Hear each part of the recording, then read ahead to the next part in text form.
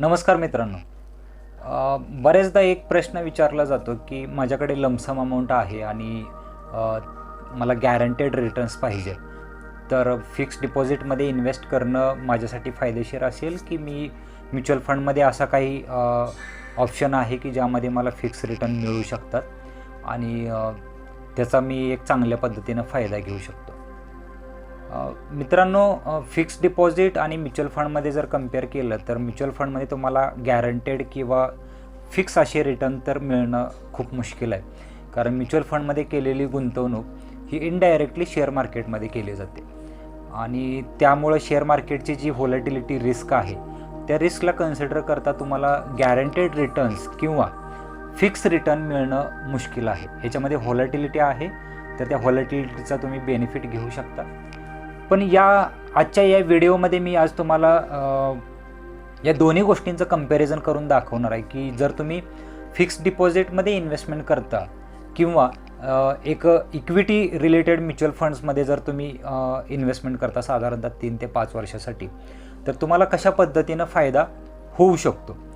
तर चला तर मग वेळ न वाया घालवता आपण जे FD आणि इक्विटी म्युच्युअल फंडसाठी जो कॅल्क्युलेटर डिझाईन केलेला आहे त्या कॅल्क्युलेटरच्या माध्यमातून हे समजून घेऊया की कोणतं ऑप्शन माझ्यासाठी बेटर असेल. जर मी थोडंसं व्हॉलॅटिलिटीचा जर बेनिफिट घेत असेल तर नक्कीच मला म्युच्युअल फंडमध्ये फायदा होणार आहे आणि जर मला गॅरंटेड आणि फिक्सच रिटर्न पाहिजे असतील तर मग त्यासाठी आपण फिक्स्ड डिपॉझिटचा उपयोग करू शकतो. आपली वेबसाईट आहे morafinserv.com. या वेबसाईटवरती गेल्यानंतर तुम्ही स्क्रीनवर बघू शकता की हा मेनूचा ऑप्शन असेल आणि त्या मेनू ऑप्शनमध्ये तुम्हाला कॅल्क्युलेटर सेक्शनमध्ये FD versus equity mutual fund हा एक कॅल्क्युलेटर तुम्हाला मिळून जाईल. या कॅल्क्युलेटरमध्ये आपण 2 गोष्टींचं कंपॅरिझन केलेलं आहे, इक्विटी म्युच्युअल फंड आणि फिक्स्ड डिपॉझिट. या ठिकाणी आपण एक उदाहरण घेऊन जाऊयात की एखादी व्यक्ती आहे ज्याचं वय 30 वर्ष आहे आणि तो 20% इन्कम स्लॅबमध्ये येतो की ज्याचं उत्पन्न 20% इन्कम स्लॅबमध्ये आहे आणि त्याला 5 लाख रुपयाची FD करायची आहे किंवा 5 लाख रुपयाची एक लमसम अमाऊंट आहे. या व्हिडिओला पाहिल्यानंतर त्याच्या लक्षात येऊनच जाईल की FD करायची का इक्विटीमध्ये इन्व्हेस्टमेंट करायचं. त्यामुळं हा प्रश्न नाही की FDमध्येच इन्व्हेस्टमेंट केली पाहिजे. तर इन्व्हेस्टमेंट अमाऊंट आहे 5 लाख रुपयाची आणि टेन्युअर आहे 36 मंथ म्हणजे जवळपास 3 वर्षाचा. तर 3 वर्षासाठी ही व्यक्ती साधारणतः 7% इंटरेस्ट रेटनी इन्व्हेस्टमेंट करते असं आपण एक्झाम्पल पकडूयात. तर FD आणि थोडा वेळ असंही समजू की आपल्याला मार्केटच्या व्हॉलॅटिलिटीनंतर मिळालेलं एक ॲव्हरेज रिटर्न्स जे आहेत ते साधारणतः 7% आहेत. असं जर आपण उदाहरण पाहिलं तर दोन्ही ठिकाणी आपल्याला 7%चे रिटर्न्स मिळणार आहेत. तर FDमध्ये मिळालेला इंटरेस्ट हा 1,16,462 आहे आणि सेम त्याच पद्धतीने इक्विटीमध्ये तुम्हाला 1,16,462चा इंटरेस्ट या ठिकाणी पाहायला मिळतोय. परंतु FDवरती मिळालेला इंटरेस्ट जो आहे त्याच्यावरती तुम्हाला 10% TDS पे करावं लागणार आहे. याचं कारण असं की जर इन्कम टॅक्सच्या नियमानुसार जर तुमचं वय 60पेक्षा कमी असेल आणि तुम्ही गुंतवणूक केलेल्या अमाऊंटवरती जर तुम्हाला 40,000पेक्षा जास्त इंटरेस्ट मिळत असेल तर तो मिळालेला इंटरेस्ट जो आहे तो तुम्हाला TDS कट करूनच तुमच्या हातामध्ये बँक देणार आहे.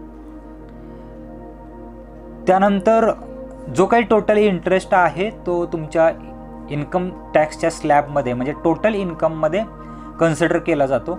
त्यामुळे टोटल जो टॅक्स आहे याच्यावरती TDS जर वजा करता आपण पाहिलं तर साधारणतः 23,292 हा टॅक्स तुम्हाला पे करावा लागणार आहे इंटरेस्टवरती आणि त्याच्यावरती तुम्हाला एज्युकेशन सेस पण द्यायचा आहे. सेम त्याच पद्धतीनं जर आपण इक्विटी म्युच्युअल फंडमध्ये पाहिलं तर साधारणतः तुम्हाला 10%चा लॉंग टर्म कॅपिटल गेन या ठिकाणी पे करावा लागणार आहे. बट याच्यामध्ये एक बेनिफिट असा आहे की इक्विटी म्युच्युअल फंड असेल किंवा इक्विटी शेअर्समध्ये तुम्ही काही इन्व्हेस्टमेंट करत असाल आणि 12 महिने किंवा त्यापेक्षा जास्त कालावधीसाठी तुम्ही होल्ड केलेले असतील युनिट्स किंवा क्वांटिटी शेअर्सच्या आणि त्या जर तुम्ही विकल्या आफ्टर 12 मंथ्स तर त्याच्यामधून मिळालेला लाभ जो आहे तो तुम्हाला 10% लॉंग टर्म कॅपिटल गेननी मिळत असतो.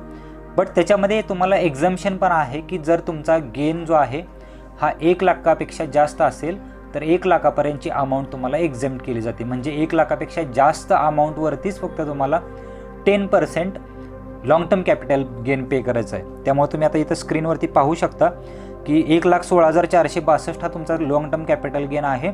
बट त्याच्यावरती फक्त 1,646 रुपये तुम्ही कॅपिटल गेन म्हणजे टॅक्स पे केलेला आहे. मग तुम्ही कुठल्याही स्लॅबमध्ये असा, इरिस्पेक्टिव्ह ऑफ टॅक्स स्लॅब, तुम्हाला लॉंग टर्म कॅपिटल गेन हा 10% पे करावा लागणार आहे विथ एक्झम्पशन ऑफ 1 लाख रुपीज. आणि जर तुम्ही 12 महिन्याच्या आतमध्ये काही युनिट्स विकले असतील तर त्यावरती तुम्हाला 15% शॉर्ट टर्म कॅपिटल गेन पे करावं लागणार आहे. तर दोन्ही ठिकाणी या ठिकाणी तुम्हाला FD असो किंवा इक्विटी म्युच्युअल फंड असो, मिळालेल्या गेनवरती किंवा पे केलेल्या टॅक्सवरती तुम्हाला एज्युकेशन सेस पे करणं गरजेचं आहे, जो की 4% असणार आहे. आता आफ्टर ऑल टॅक्सेस जर डिडक्शन पाहिलं आपण तर फिक्स्ड डिपॉझिटमध्ये आपल्याला मिळणारी रक्कम जी आहे ती 92,238 रुपये आहे. आणि जर आपण लॉंग टर्म कॅपिटल गेन जर डिडक्ट केला इक्विटी म्युच्युअल फंडमधून तर त्यामधून आपल्याला मिळणारी रक्कम जी आहे ती 1,646 जर आपण लॉंग टर्म कॅपिटल गेन वजा केला तर 1,14,750 ही अमाऊंट आपल्याला हातामध्ये राहते. ओव्हरऑल जर आपण विचार केला तर या ठिकाणी जर तुम्ही FDमध्ये इन्व्हेस्टमेंट करत असाल तर स्ट्रेट अवे आपल्याला हे पाहायला भेटते की तुम्ही जवळपास 22,512 रुपयेपर्यंतचा लॉस फिक्स्ड डिपॉझिटमध्ये इन्व्हेस्टमेंट करून तुमचा लॉस होणार आहे. मग ती जर थोडीफार व्हॉलेटिलिटीची रिस्क तुम्ही जर घेतली तर तुम्हाला इक्विटी म्युच्युअल फंडमध्ये नक्कीच चांगले रिटर्न्स मिळणार आहेत. त्यासाठी आपण आपल्या पोर्टलवरती हे पण ऑब्झर्व करू शकतो. morafinser.fundexpert.net हे आपलं इन्व्हेस्टमेंट पोर्टल आहे. त्या पोर्टलला तुम्ही व्हिजिट करू शकता. आणि याप्रमाणे इथं काही इक्विटी फ्लेक्झी कॅप कॅटेगरीच्या फंडला मी कम्पेअर करून तुम्हाला दाखवतोय की जेणेकरून पास्टमध्ये जर आपण 3 वर्षाचा किंवा 5 वर्षाचा जर विचार केला तर पास्टमध्ये आपल्याला कशा पद्धतीचे रिटर्न्स मिळालेले आहेत फ्लेक्झी कॅप कॅटेगरीमध्ये. तुम्ही कोणतीही कॅटेगरी घेऊ शकता, लार्ज कॅप घेऊ शकता, मिड कॅप घेऊ शकता. बट 3 ते 5 वर्षाचा टाईम होरिझॉन असेल तर एक साधारणतः तुम्ही फ्लेक्झी कॅप किंवा लार्ज कॅप कॅटेगरीमध्ये इन्व्हेस्टमेंट करू शकता. बघा आता या ठिकाणी आपण जर पाहिलं तर फ्लेक्झी कॅप कॅटेगरीमध्ये कोटक फ्लेक्झी कॅप फंड आहे की ज्यांनी पाठीमागच्या 3 वर्षामध्ये 20.50% रिटर्न्स दिलेत. तेच जर आपण पराग पारिक या स्कीममध्ये पाहिलं तर 24.32% रिटर्न्स आहेत. आणि त्यानंतर HDFC फ्लेक्झी कॅप जर पाहिला तर तो जवळपास 32.11% आहे. UTI फ्लेक्झी कॅपने जवळपास 19.2% रिटर्न्स आपल्याला दिलेले आहेत. आणि SBI flexi cap 23.38, Aditya Birla sun life flexi cap 21.77. ICICI just launch झालेलं आहे त्यामुळे त्याचे 3 वर्षाचे रिटर्न्स तर नाही आहेत, पण 1 वर्षाचे रिटर्न्स त्यांनी 14% एवढे दिलेले आहेत. नंतर Franklin India 28.29%, axis flexi cap 16.33%, Canara Robeco 20.42, DSP flexi cap 22.35. अशा पद्धतीने तुम्ही वेगवेगळ्या स्कीमचे रिटर्न्स पण या ठिकाणी परफॉर्मन्स पण चेक करू शकता. ऑन अन ॲव्हरेज आपल्याला या ठिकाणी आपण पाहू शकतो की साधारणतः 20 ते 21% रिटर्न्स आपल्याला फ्लेक्झी कॅप कॅटेगरीमध्ये इक्विटी म्युच्युअल फंडने रिटर्न दिलेले आहेत. आता जर आपण हेच एक्झाम्पल आपल्या कॅल्क्युलेटरमध्ये जर पाहिलं तर ज्या ठिकाणी तुम्हाला 7% इंटरेस्ट रेट, आता आपल्याला नक्कीच माहिती आहे की फिक्स्ड डिपॉझिटमध्ये 7% और 7.5% याच्यापेक्षा जास्त रिटर्न्स मिळणं सध्या तरी पॉसिबल नाही आहे. कारण FDचे रेट हे रेपो रेटवरती डिपेंड असल्यानं जसं की मी तुम्हाला सांगितलं की RBIच्या रेपो रेटनुसार FDचे इंटरेस्ट रेट जे आहेत ते कमी जास्त होत असतात. परंतु हेच जर आपण फ्लेक्झी कॅप कॅटेगरीचे एक ॲव्हरेज रिटर्न जर पाहिले तर साधारणतः एक 16 ते 18% जर आपण कन्सिडर केलं या ठिकाणी